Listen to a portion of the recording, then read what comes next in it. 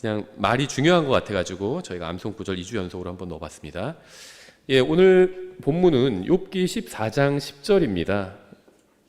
욥기에는 굉장히 뭐랄까요, 교리적으로 중요한 구절들이 이렇게 숨어 있는 경우들이 있는데요. 이 14장 10절도 마찬가지입니다. 욥기 14장 10절, 예, 제가 받들어 읽겠습니다. 그러나 사람은 죽으면 소멸되나니 참으로 사람이 숨을 거두면 그가 어디에 있나이까. 예, 먼저 기도하겠습니다. 하나님 아버지, 주님의 말씀에 생명이 있음을 믿습니다. 선포되는 말씀을 통해 생명이 태어나고 또 자라게 하시기 원합니다. 예수님의 이름으로 기도드렸습니다. 아멘. 예, 우리 몸은 유한하죠. 그리고 또 내구성도 그렇게 좋지는 않은 것 같아요, 우리 몸이. 예. 근데 이 유한한 몸 안에 영원한 혼이 있습니다. 우리가 이 세상에서 먹고 사는 문제도 굉장히 중요하죠. 근데 영원한 혼이 몸의 죽음 이후에 어디로 가는가, 죽음 이후에 우리의 혼이 어디에 있는가, 이거는 훨씬 더 중요합니다. 성경은 이 문제에 있어서 아주 분명하고 명확하게 말씀하고 있죠. 그러나 사람은 죽으면 소멸되나니 참으로 사람이 숨을 거두면 그가 어디에 있나이까. 소멸되는데 또 그가 어디에 있나이까 이렇게 묻잖아요. 이거는 모순이 아닙니다. 이건 정말 위대한 질문일 뿐 아니라 아주 자세한 교리를 담고 있는 구절이기도 합니다. 우리는 이 구절에서 지금 제기하고 있는 질문을 잘 생각해 봐야 되고요. 또 답할 수 있어야 돼요. 여기서 지금 질문하고 있잖아요. 그가 어디에 있나이까 이렇게 질문을 하고 있는데 여기에 답할 수 없다면 아주 큰 문제에 있는 겁니다. 사람이 죽으면 그가 어디에 있나이까. 여러분 자신이 죽으면 어디로 갈지는 모르지만 어딘가에 있게 될 것이라는 이 사실은 명백하게 알고 있었죠. 이 구절에서 가르치고 있는 교리를 한번 잘 보면요, 이 구절에서는 한 사람을 묘사하고 있어요. 여러 사람 묘사하는 게 아닙니다. 그냥 일반적으로 하나의 인간을 묘사하고 있어요. 사람이 죽으면 소멸되다니, 이건요 사람의 몸에 대한 설명입니다. 사람은 그냥 몸으로만 이루어지지 않아요. 몸과 혼과 영으로 이루어져 있습니다. 근데 일단 사람이 죽으면 몸은 소멸돼 버립니다. 없어져 버린다는 거예요. 또 사람이 숨을 거두면, 이거는요 영에 대한 설명입니다. 우리가 예전에 창세기나 영혼 몸에 대해서 공부할 때 이런 걸 살펴봤죠. 하나님께서 생명의 숨을 콧구멍에 불어 넣어 주시니까 사람이 살아있는 혼이 되었다, 이렇게 말씀하고 있죠. 그래서 성경에서는 이 영이 숨 아니면 바람과 같다고 이렇게 말씀하고 있습니다. 영이 숨은 아니에요. 근데 숨과 굉장히 밀접한 관련이 있습니다. 그래서 사람 안에는 영이 있는데 이 영은 하나님을, 영적인 것들을 알게 하고요, 또 사람을 숨쉬고 살아가게 만들게 합니다. 그래서 영이 떠난 몸은 죽는다고 그러잖아요. 영이 떠날 때 숨이 딱 멈추게 됩니다. 그래서 사람이 숨을 거두면, 이건 사람의 영에 대한 설명이에요. 거둔다고 그랬잖아요. 누군가 걷어가시는 거거든요. 하나님께서 걷어가시는 겁니다. 그가 어디에 있나이까. 이건 이제 혼에 대한 설명입니다. 사람이 죽으면 소멸되나니, 이건 몸이고요. 사람이 숨을 거두면, 영이 떠날 때 숨이 걷어집니다. 영을 하나님께서 걷어가시는 거예요. 영에 대한 말씀이고, 그가 어디에 있나이까, 이건 이제 혼에 대한 말씀입니다. 몸도 죽고 영도 떠나면 이제 혼만 남는데, 이게 진짜 나 자신이에요. 이 혼이 어디에 있는가, 이건 이제 묻고 있는 겁니다. 여러분이 죽으면 몸은 소멸되어 버립니다. 없어져 버린다는 겁니다. 사람의 숨인 영은 그것을 주신 하나님께로 돌아갑니다. 전도서에서 말씀하고 있죠. 그리고 나면 여러분 자신인 여러분의 혼은 어디에 있게 될까요? 여러분은 지금 여러분의 몸 안에 있어요. 여러분의 혼은 어디 있느냐? 살아있는 사람들의 혼은 몸 안에 있습니다. 근데 여러분의 몸은 여러분의 존재를 감싸고 있을 뿐이지 여러분 자신은 아닙니다, 사실은. 그러니까 여러분의 몸이 여러분의 것이긴 하지만 여러분 자신은 아니에요. 여러분의 자신은 뭐냐? 여러분의 혼입니다. 뭐 비유가 좀 지나칠 수도 있지만 제 손수건이 제 것이긴 하지만 사실 저는 아니잖아요. 제 채취도 묻어있고 하지만 저는 아니죠. 그러니까 좀 지나친 비유예요. 우리 몸도 우리가 한평생 사용하고 있긴 하지만 우리 자신은 아니라는 겁니다. 우리가 사용하고 있는 옷처럼 그렇게 입고 있는 것일 뿐이지 우리 자신은 아닙니다. 여러분의 몸은 여러분이 일시적으로 거주하는 집입니다. 그래서 우리가 이걸 장막이라고 이렇게 성경 말씀한다고 살펴봤었죠. 여러분은 그 일시적인 거주 공간 안에 거하고 있는 존재예요. 여러분의 몸, 일시적인 거주 공간 안에 여러분의 혼이 거하고 있는 겁니다. 성경은 우리가 살아있는 혼이라고 말씀하고 있어요. 세상은 사라져버릴 육신에 우리의 모든 관심을 쏟게 합니다. 그런데 우리 안에는 우리를 살아있는 존재로 만드는 숨을 하나님께서 거두어 가시고 나서 우리의 몸이 소멸되고 나면, 그럼 이제 우리의 진짜 나 자신인 혼은 어디에 있게 될까요? 여러분은 죽음 이후에 어디에 있게 될지 알고 있나요? 저는 복음 설교를 할 때마다 이런 질문을 던집니다. 지금으로부터 100년, 200년, 아니면 500년, 1000년이 지나면 여러분이 얼마나 많은 돈을 가지고 있었는지가 중요한 문제일까요? 지금으로부터 100년이 지나면 여러분이 어떤 집에 살았는지가 중요한 문제일까요? 지금으로부터 100년이 지나면 여러분이 얼마나 잘난 사람이었는지가 중요한 문제일까요? 지금으로부터 100년이 지나도 여전히 중요한 문제는 단 한 가지밖에 없어요. 그것은 여러분이 어디에서 영혼을 보낼 것이냐, 이 문제입니다. 그때 여러분이 어디에 있었는지, 100년 후에, 그때는요, 지금 이 순간 여러분이 어디 있었는지, 누구와 있었는지, 무엇을 했는지, 무엇을 이뤘는지, 이런 건 전혀 중요하지 않게 됩니다. 100년이 지나면 가장 중요한 문제로 드러나게 되는 거는요, 여러분이 그때 어디에 있느냐 하는 겁니다. 100년 후에 바로 그 순간에 어디에 있느냐, 이게 가장 중요한 문제가 된다는 겁니다. 여러분의 숨이 멈추고 여러분의 몸이 소멸되면 여러분은 그때 어디에 있게 될까요? 이건 정말 곰곰이 생각해 볼 만한 가치가 있는 너무나도 중요한 문제입니다. 여러분 중에는 편안하고 안락한 생활을 하시는 분도 있을 겁니다. 자연재해나 어떤 위협도 당하지 않고 안전한 생활을 하는 분들이 있을 거예요. 그런데 여러분이 지금 편하고 안락한 이 세상에서는 웰빙이라는 삶을 살고 있다고 할지라도 제가 지금 하는 말을 한번 잘 들어보셔야 합니다. 만약 여러분이 아무리 만족할 만한 인생을 살고 있다 할지라도 이 세상에서의 삶으로 모든 것이 끝난다면 그건 그렇게 좋은 거는 아닐 수 있다는 겁니다. 저는 좋은 집에서 살고 있고요. 감사하게도 또 좋은 가족과 함께 살고 있고 또 좋은 교회 다니고 있어요. 하나님께서는 저를 너무나 선하게 대해 주셨습니다. 그런데 한번 생각해 보세요. 궁극적으로 우리를 기다리고 있는 것이 병원과 장례식과 그다음에 묘지나 납골당이 전부라면, 관 속에 누이고 무덤에 묻히는 것으로 우리의 존재가 끝나버린다면 그러면 하나님을 믿을 필요는 없겠죠. 많은 살인자들 처벌받지 않고 있죠. 많은 강간범들 처벌받지 않고 있어요. 많은 범죄자들 처벌받지 않고 있습니다. 만약 이 세상에서의 삶으로 모든 것이 끝난다면 그거는 정말 얼마나 불공평한 일일까요? 그러니까 그 성경이 말씀하지 않지만 사람들이 성경적이라고 생각하는 그런 그 잘못된 생각이 있는데요. 그건 뭐냐면 하나님이 공평하신 분이라는 겁니다. 하나님 공평하신 분인가요? 왜 아니에요? 성경 그렇게 말씀하신 적이 한 번도 없어요. 하나님은 의로우신 분이에요. 그다음에 정의로우신 분입니다. 성경이 말씀하고 있죠. 그런데 공평하다 이렇게 말씀하신 적은 없습니다. 공평하지 않아요. 누구는 부잣집에서 태어나고 누구는 가난한 집에서 태어나잖아요. 누구는 잘 사는 나라에서 태어나고 누구는 못 사는 나라에서 태어나고, 심지어 같은 부잣집에서 태어나고 누구는 또 건강하게 태어나고 누구는 또 건강하지 않게 태어나고 장애를 갖고 태어나는 경우도 있고요. 또 장애도 없고 그냥 잘 태어나도 또 누구는 잘생기게 태어나고요. 누구는 못생기게 태어나고, 이것도 인생 얼마나 큰 영향을 미쳐요. 공평하지 않습니다. 그런데 결국에는 죽음을 통해서 공평해집니다. 모든 사람이. 그리고 죽음 이후에 영원에 대해서는 하나님께서 사람이 선택할 수 있게 해주셨다는 겁니다. 저는 그 중고차를 여태까지 4대를 샀는데요. 샀다 이제 폐차하고 다시 샀다 폐차하고 이렇게 했었는데, 그 차가 신차가 나오면 좋은 차와 나쁜 차가 좀 덜 좋은 차가 있잖아요. 그러면 가격이 천차만별이에요. 막 몇 배 차이가 나기로 하고. 근데 차가 한 7년 넘어서 10년 지나면 비슷해집니다. 좋은 차, 잘난 차나 못난 차나 비슷해. 20년 되잖아요. 다 똑같아져요. 다 100만 원대가 돼요. 대부분의 차가.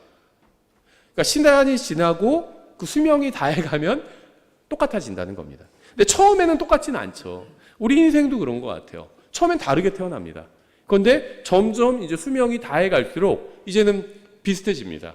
그렇죠? 차이가 있다면 누구는 죽을 때 고급 관에 원목 고급 관에 놓이고, 어떤 사람은 아예 행불자가 돼가지고 무슨 어느 나라에서 종이 박스에 넣어가지고 화장한다고 그러는데 그럴 수도 있겠죠. 근데 그게 본질적인 그런 차이는 아니라는 거죠. 고급 관에 놓여서 화장당하면 행복한가요? 똑같죠. 어떤 사람이 가족을 위해서 열심히 일을 합니다. 평생 열심히 일하고 이제 은퇴를 앞두고 있어요. 평생 쉴 틈 없이 살아왔기 때문에 이제 은퇴해서 휴식을 취하려고 합니다. 근데 바로 병에 걸려서 죽고 만다면 얼마나 허무할까요? 실제 그런 분 본 적이 있거든요. 평생 열심히 일하고 이제 은퇴했는데 건강검진 한번 이제 봤는데 딱 암 말기예요. 그래서 이제 그 시한 선고를 받은 겁니다. 3개월이라고. 그리고 가셨어요. 바로 3개월 만에. 그럼 얼마나 허무해요, 그게. 그러니까 이것이 인간 존재의 전부라면 정말 너무 허무하겠죠.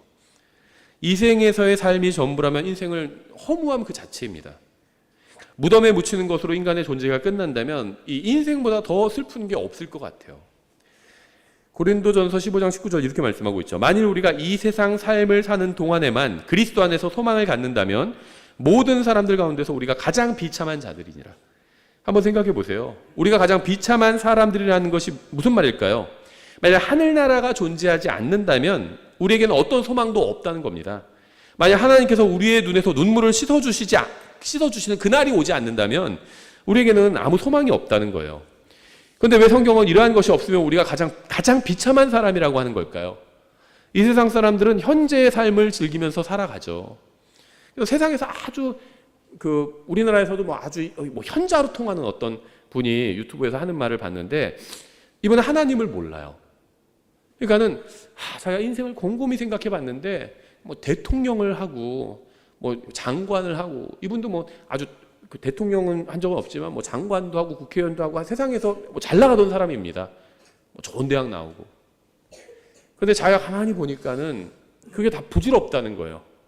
그래서 그냥 소소하게라도 행복하게 사는 게 최고인 것 같다. 큰 권력을 가진다고 해서 무슨 대단한 것도 아니고 그렇게 얘기하더라고요. 전 그 말을 들으면서 한편으로는 공감도 됐고요. 이 세상에서의 삶만 바라보면 저도 똑같은 생각을 했을 것 같아요. 저도 하나님을 몰랐다면 그럼 저도 똑같은 생각을 했을 것 같습니다.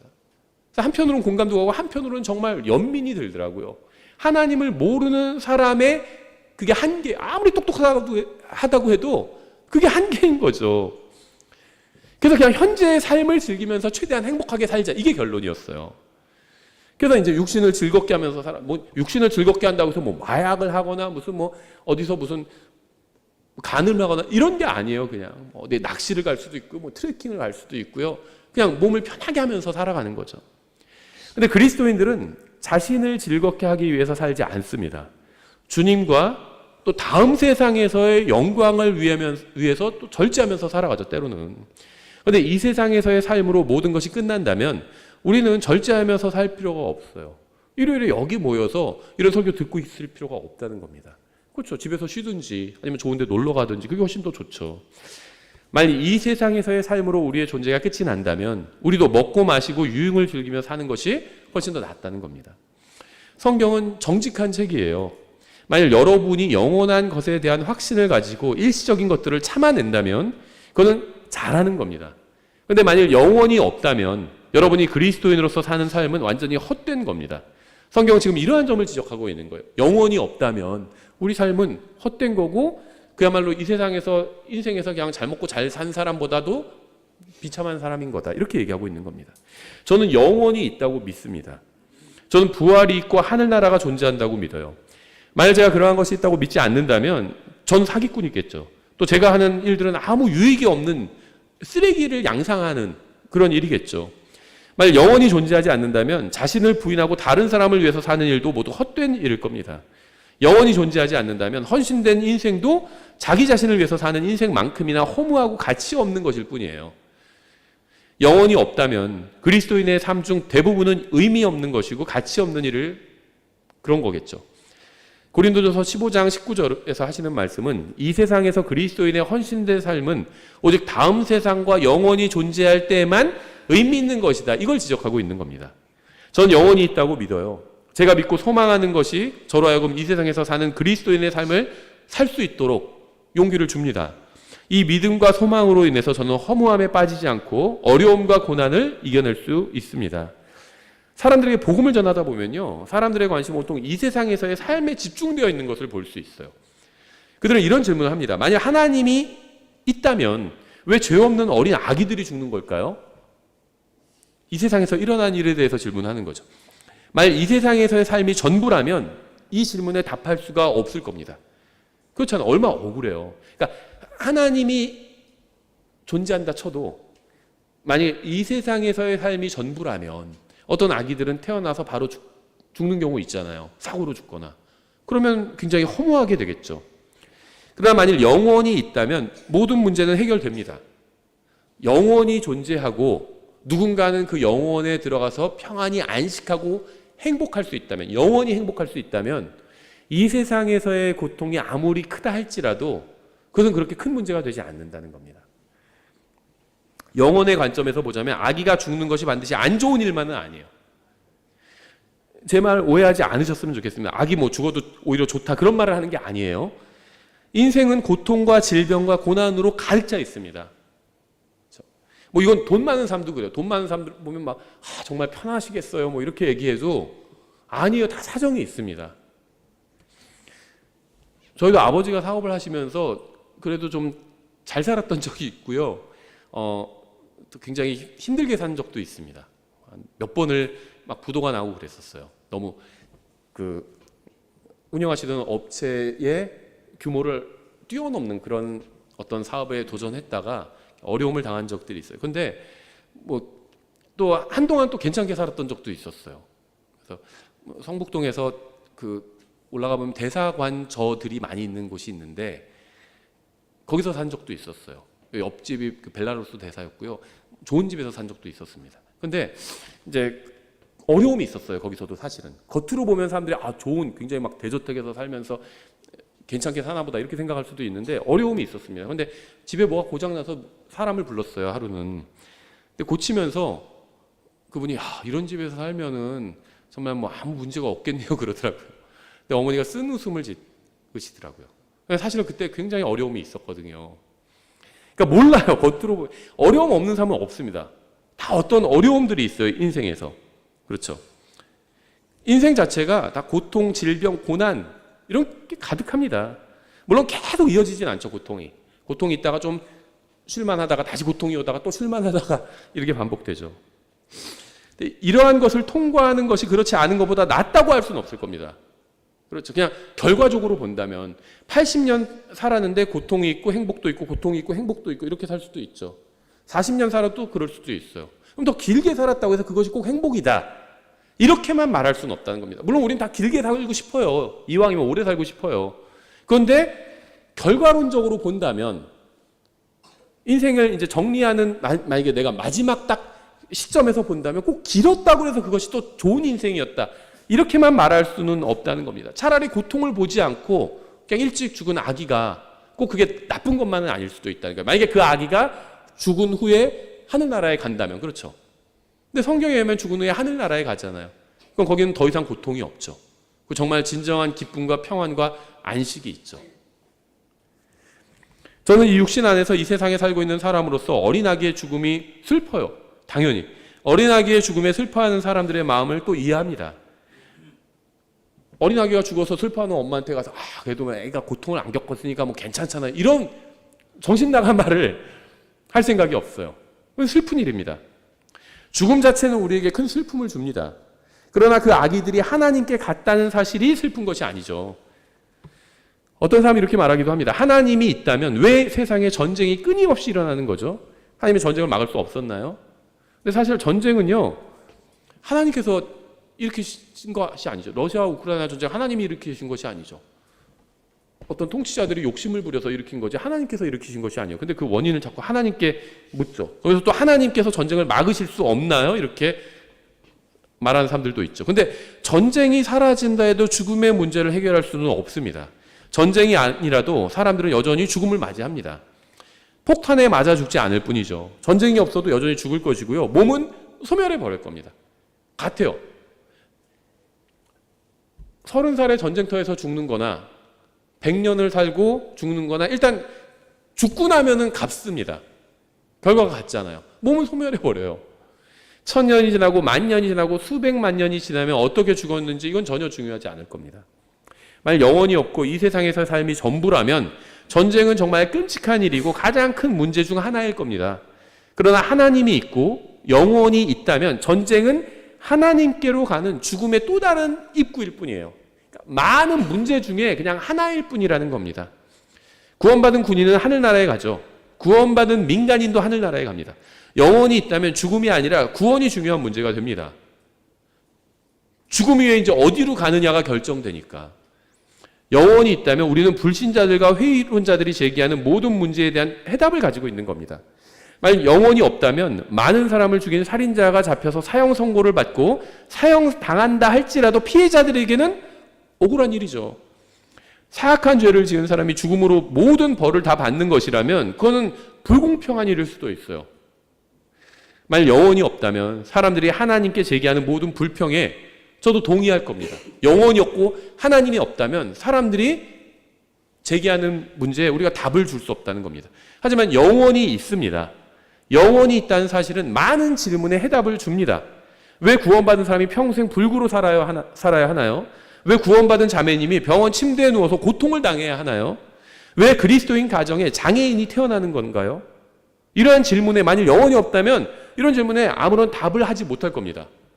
근데 영혼이 있다면, 하나님이 계시다면 죽어 없어질 몸이 아니라 질병이나 아픔이나 슬픔이나 눈물이나 고통이나 죽음과도 상관없는 영광스러운 몸이 있다면 저는 이 세상에서의 어떠한 문제나 부조리나 고통에도 답을 줄 수가 있어요. 이 세상에서의 삶에는 문제가 있습니다. 그래서 여러분은 영혼에서의 삶을 소망하고 있는 거죠. 영혼 있고 하나님이 있고 정말 영원한 행복이 있다면 성경이 말씀하시는 것처럼 그럼 이 세상에서의 고통에 대한 답을 줄 수 있다는 겁니다. 왜냐하면 이거는 수학적으로도 증명을 할 수가 있어요. 무한대분의 상수는 0으로 수렴하잖아요. 0은 아니지만 0과 같아지죠. 이 세상에서 내게 한 100년 산다.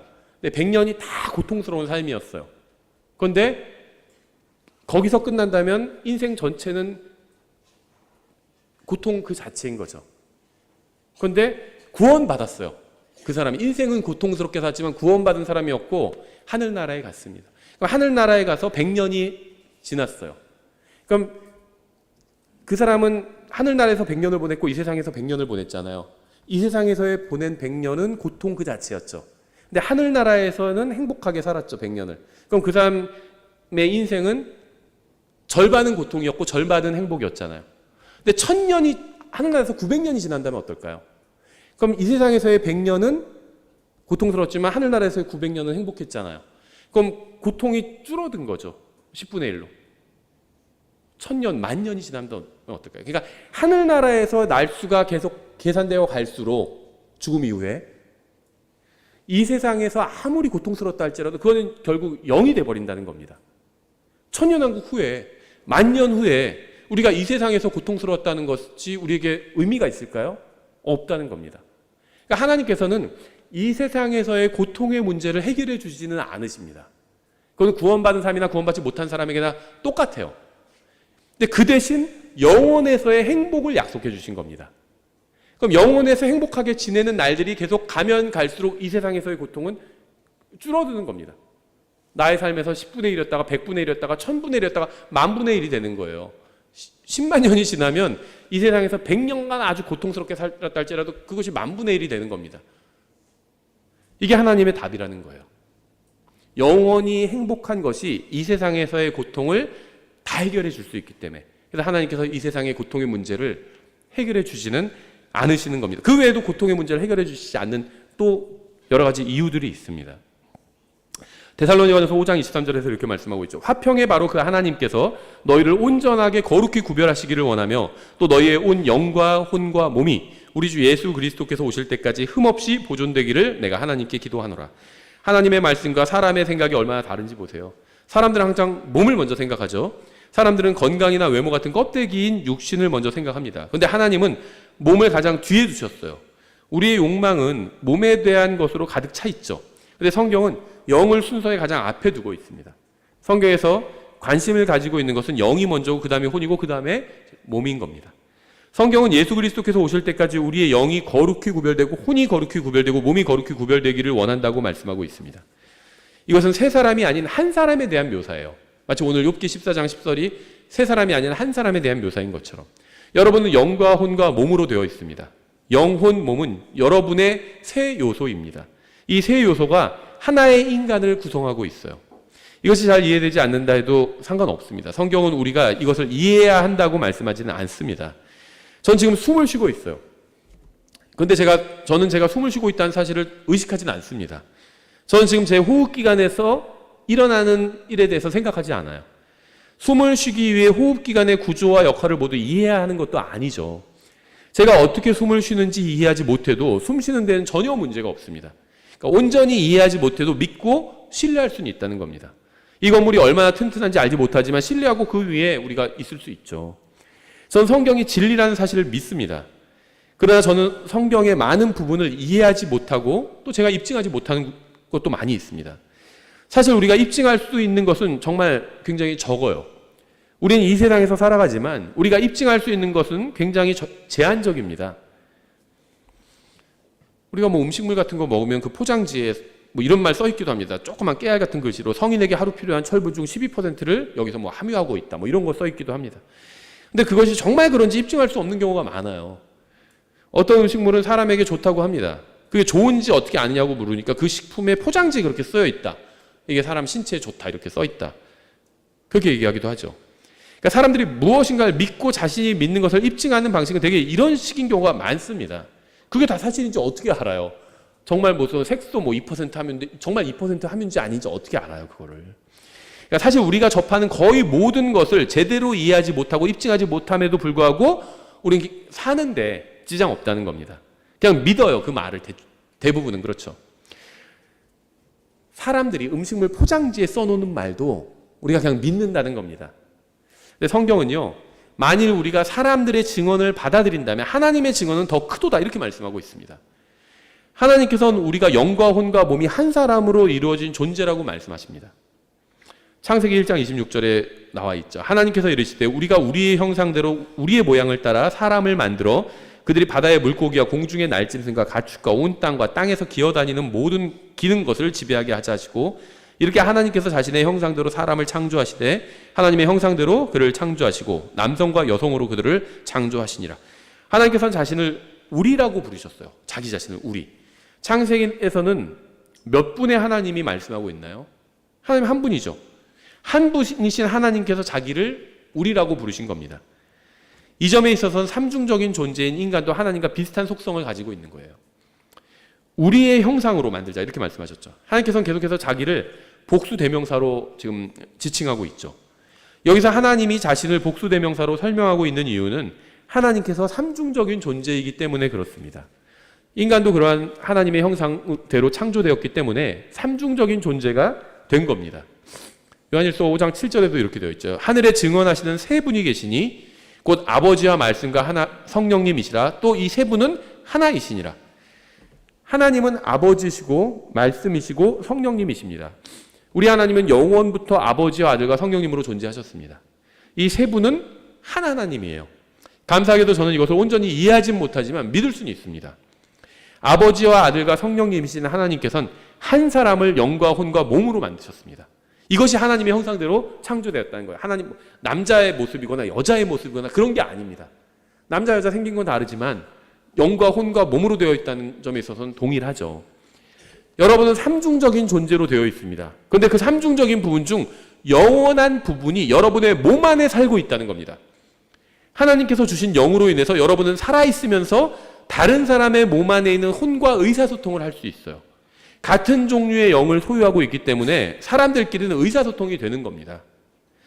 이제 창세기 2장을 보면요, 1장에서는 인간의 창조에 관한 큰 그림을 보여주고 있죠. 그리고 2장에서는 이제 보다 자세한 그림을 그려주고 있어요. 2장 7절에서 주 하나님께서 땅의 흙으로 사람을 지으시고 생명의 숨을 그의 콧구멍에 불어 넣으시니 사람이 살아있는 혼이 되니라. 하나님께서 인간을 땅의 흙으로 만드셨다는 점이 놀랍죠. 왜냐하면 땅에는 흙만 있는 게 아니잖아요. 땅에는 금도 있고요. 하나님께서는 사람을 금으로 만들지 않으셨죠. 은으로 만들지도 않으셨습니다. 강철이나 구리나 무슨 뭐 알루미늄이나 다이아몬드로 만들지도 않으셨어요. 이런 걸로 만드셨으면 좀 더 내구성이 좋았을 텐데, 하나님께서는 땅에서 쉽게 구할 수 있는 저렴하고 모든 창조물 중에서 가장 흔한 재료로 인간을 만드셨습니다. 그렇죠? 제가 길을 가다 금을 발견했다고 하면 놀라겠죠. 흙을 발견했다고 놀라지 않아요. 어디에나 있습니다. 하나님께서는 가장 낮고 천한 재료로 인간을 만드시고 그 인간을 전 우주에서 가장 높은 귀한 창조물이 되게 하셨어요.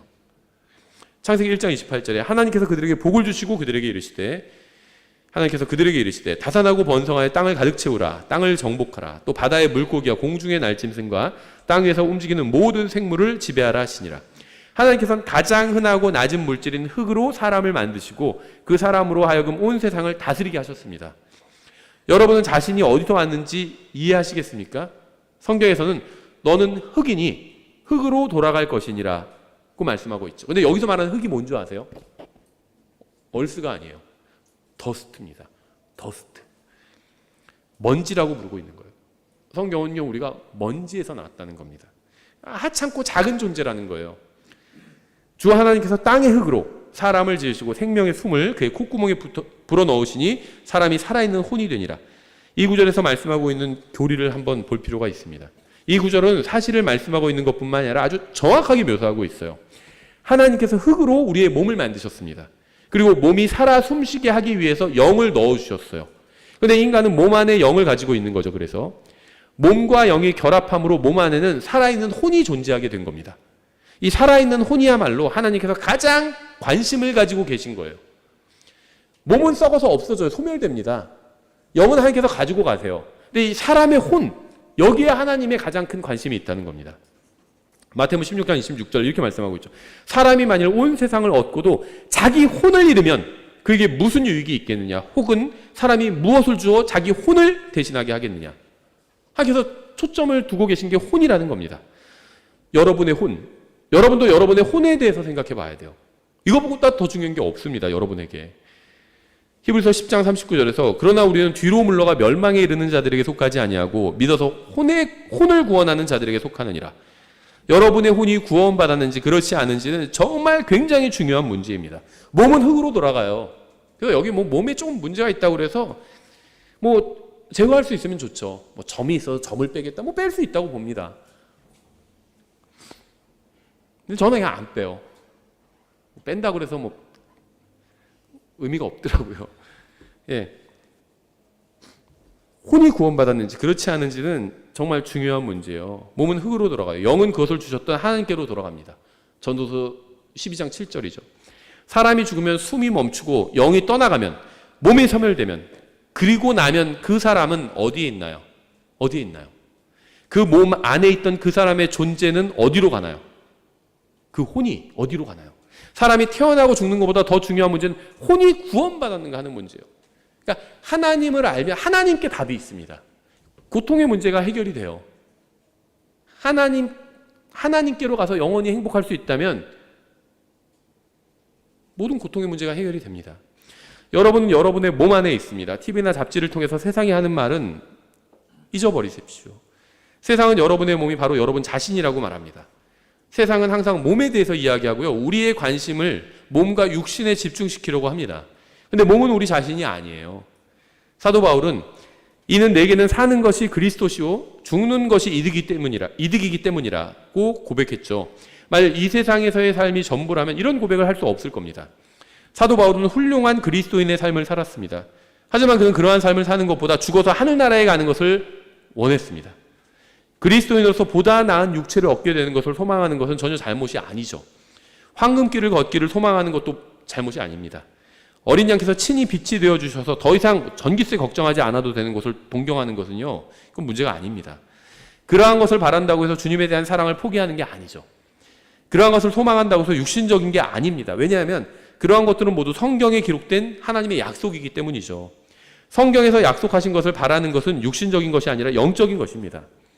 빌립보서 1장 22절에서 이렇게 말씀하고 있죠. 그러나 내가 육체 안에 산다면, 우리가 지금 육체 안에 살고 있어요. 여기서 말하는 내가 바로 나의 혼이죠. 내가 육체 안에 산다면 이것은 내 수고의 열매이니라. 그럼에도 내가 무엇을 택할지 알지 못하노니. 사도 바울은 자신이 육체 안에 살고 있다고 말하고 있습니다. 이것은 자신이 육신적으로 살고 있다는 의미가 아닙니다. 육신적으로는 after the flesh죠. 이건 잘못입니다. 근데 육신 안에 사는 것, in the flesh, 이거는 잘못이 아닙니다. 우리는 모두 육체 안에 살고 있어요. 다만 우리는 그리스도인으로서 육신적으로 살지 않으려고 노력할 뿐이죠. 우리는 육신에 속한 것을 추구하면서 살지 않습니다. 우리는 우리의 몸을 이용할 뿐입니다. 우리의 영은 우리의 눈을 이용해서 다른 사람과 소통을 합니다.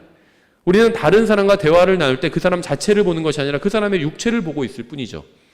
저는 제 몸 안에 있습니다. 여러분은 여러분의 몸 안에 있어요. 제 혼이 떠나게 되면 제 몸은 이곳에 있어도 저는 이곳에 없습니다. 진정한 저, 진짜 저는 저의 몸이 아니라 그 몸 안에 있는 혼입니다. 고린도후서 5장 1절 한번 제가 다시 인용해 보겠습니다. 만일 땅에 있는 우리의 이 장막집이 해체되면 하나님의 건물 곧 손으로 지은 집이 아니와 하늘들에 있는 영원한 집이 우리에게 있는 줄 우리가 아느니라. 이 장막 안에서 우리가 신음하며 하늘로부터 오는 우리의 집으로 옷 입기를 간절히 원하노니 우리가 옷 입고 있으면 벌거벗은 채 드러나지 아니하리라. 이 장막 안에 있는 우리가 짐을 진 채 신음하는 것은 우리가 벗으려 함이 아니요 입으려 함이니 이것은 죽을 것이 생명에게 삼켜지게 하려 함이라. 죽을 것이 생명에게 삼켜진대요. 마치 이 세상에서의 우리가 고통스럽게 살았던 60년, 70년, 80년의 삶이 영원에서의 행복에 삼켜지는 것처럼 완전히 삼켜지게 돼버립니다. 그런데 바로 그 일을 위해 우리를 다듬으시고 또한 우리에게 성령을 보증으로 주신 분은 하나님이시니라. 그러므로 우리는 항상 확신에 차 있으며 우리가 몸 안에서 집에 거하는 동안에는 주로부터 떨어져 있는 줄을 아노니. 이 구절들은 우리가 살펴보고 있는 주제를 아주 분명하게 보여줍니다. 우리가 아느니라 이렇게 얘기했죠. 구원받은 사람들, 그리스도인들은 알고 있어요. 이 장막은 우리의 몸을 말하는 거죠. 본문을 통해서 성경이 말씀하고 있는 것은 일시적이고 유한하고 썩어 없어질 우리의 몸에 관한 것이죠. 이 본문에서는 우리의 몸을 무엇이라고 부르고 있나요? 1절에서는 땅에 있는 집이라고 불러요. 2절과 4절에서는 장막이라고 부르죠. 진짜 여러분 자신이 일시적으로 몸 안에 거하고 있는 거죠. 여러분이 얼마나 많은 돈을 가지고 있건 얼마나 많이 배웠고 얼마나 훌륭한 그리스도이건 얼마나 좋은 교회에 다니고 있건 상관없이 여러분이 살고 있는 그 몸은 여러분에게 고난을 줄 겁니다. 여러분이 훌륭한 그리스도인이라고 해도 여러분이 살고 있는 집인 여러분의 몸은 여러분에게 고난을 줄 겁니다. 그 고난은 육신적인 고통일 수도 있고 정신적인 상처일 수도 있고 영적 투쟁일 수도 있어요. 그것이 무엇이든 간에 여러분이 살고 있는 여러분의 집인 여러분의 몸은 여러분에게 문제를 가져다 줄 겁니다. 100%예요. 문제가 될 겁니다. 저도 서서히 느끼고 있어요. 이게 다르더라고요. 30대랑 30대까지만 해도요. 3일 밤 샌 적도 있어요. 수련회 가면 잠을 안 잤습니다. 강의도 하고요. 초신자들 모아놓고 그다음에 다른 교회 있을 때 30대에 그 밤새서 또 교제도 나누고요. 그런 적도 있어요. 40대가 되니까는 하루 밤새는 것도 힘들더라고요. 지금 거의 불가능합니다. 그러니까 밤샌다는 건 밤에 쭉 앉아다가 낮에 자는 걸 말하지 않아요. 그냥 쭉 안 자는 거. 그게 가능했는데 30대는 지금은 불가능합니다. 자야 돼요, 무조건. 밤에 늦게 잘 수는 있지만 자야 돼요. 낮에라도 자야 돼요. 몸이 이제 한계가 있어요. 그거 아마 여러분도 많이 느끼실 겁니다. 그렇죠? 이 몸은요, 여러분에게 문제를 가져다 줄 겁니다. 어떤 사람은 그게 먼저 시작됐어요. 어떤 사람은 아직 시작되지 않았을 뿐입니다. 차이가 있어요, 시기가. 근데 100%이 설교를 듣는 분들 또 여기 계신 모든 분들의 몸은 언젠가 여러분에게 문제를 일으킬 겁니다. 그러나 감사하게도 주님께서는 어느 날 우리가 이사를 가게 될 것이라고 말씀하셨어요. 이 몸을 떠나서 정말 더 이상 고통받지 않는 그런 영적인 몸으로 이사가게 될 것이라고 말씀하셨다는 겁니다. 전도서식으로 표현한다면 창문이 깨진 집에 사는 분도 있을 거고요. 전도서에 나오잖아요. 사람에 대해서, 나이 든 사람에 대해서 묘사할 때. 창문이 깨져요.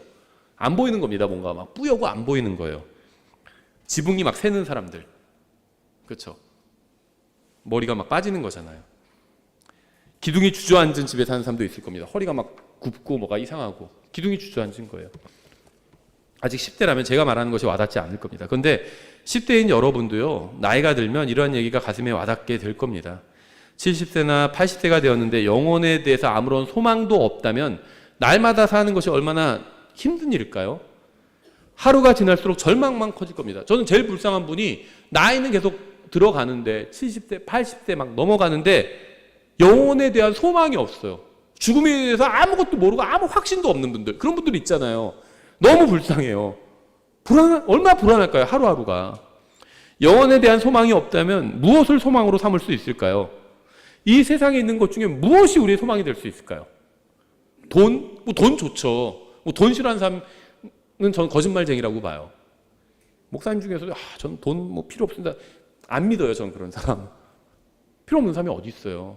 그런데 확실한 건 뭐냐면 돈이 많은 걸 해결해 주긴 하지만 전도서에 나오잖아요. Money answers all things. 돈이 모든 것에 답을 한다 이렇게 얘기하죠. 근데 해결하지 못하는 문제들이 있어요. 돈 아무리 많아도 해결되지 않는 문제들이 생긴다는 겁니다. 그게 주로 뭐죠? 몸에 대한 거예요. 몸. 돈 많은 재벌들도 결국 죽잖아요. 여러분은 몸 안에서 계속 거주할 수 있는 것이 아닙니다. 언젠가 여러분은 몸에서 나와야 합니다. 지금 여러분은요, 전세로 살고 있을 뿐이에요. 자가가 아니라는 겁니다. 언젠가 비워줘야 돼요. 여러분이 거하고 있는 그 몸을. 병원 다니신 분들은 이제 월세로 전환된 거죠. 계속 돈 들어가고 있잖아요. 저도 월세가 시작된 것 같아요. 저도 거의 병원 다닌 적이 없어요. 근데 시작되는 것 같아요. 뭔가가.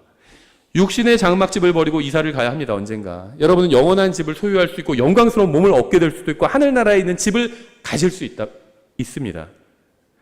히브리서 13장 3절 이렇게 말씀하고 있어요. 결박되어 있는 자들을 기억하되 그들과 함께 결박된 심정으로 기억하고 너희 자신도 몸 안에 있으므로 역경당하는 자들을 기억하라.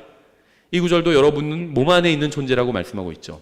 갈라디아서 2장 20절 내가 그리스도와 함께 십자가에 못 박혀 있으나 그럼에도 불구하고 사노라. 그러나 내가 아니요 그리스도께서 내 안에 사시느니라.